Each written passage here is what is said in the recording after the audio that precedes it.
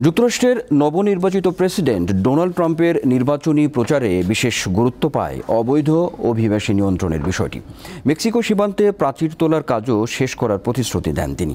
অভিবাসী নির্ভর যুক্তরাষ্ট্রে যদি সত্যিই এমনটা ঘটে, তবে কি হতে পারে দেশটির পরিস্থিতি? 2024 সালের প্রেসিডেন্ট নির্বাচনে একটা বড় ইস্যু ছিল অভিবাসন। 2023 সালের পরিসংখ্যান অনুযায়ী বিদেশি বংশোদ্ভূত মানুষের সংখ্যা যুক্তরাষ্ট্রে অনেক বেশি। তথ্য অনুযায়ী বিদেশে জন্মগ্রহণকারী 4,78,00,000 মানুষ যুক্তরাষ্ট্রে বাস করেন, যা মোট মার্কিন জনসংখ্যার 14.3%। দেশটি বর্তমানে প্রবীণদের সংখ্যা বৃদ্ধির সমস্যার সঙ্গে লড়ছে। এর সঙ্গে পাল্লা দিয়ে বাড়ছে স্বাস্থ্য সংক্রান্ত খরচ। অন্যদিকে কাজকর্ম করতে সক্ষম অল্প বয়সী মানুষ কমে যাচ্ছে।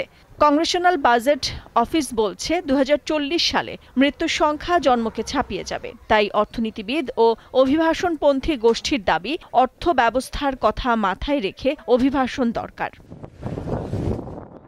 বোস্টন বিশ্ববিদ্যালয়ের অর্থনীতি বিভাগের সহযোগী অধ্যাপক তারিক হাসানের মতে, অভিবাসীদের অনুপস্থিতির বড় প্রভাব পড়বে মার্কিন অর্থনীতিতে। নিজ গবেষণার তথ্যের ভিত্তিতে বলেন, অভিবাসন উদ্ভাবনী শক্তিতে ইন্ধন যোগায় ও উৎপাদনশীলতা বাড়ায়। যুক্তরাষ্ট্রের সিভিল সেক্টরে কর্মরত 3,10,00,000 মানুষের মধ্যে প্রায় 19% অভিবাসী।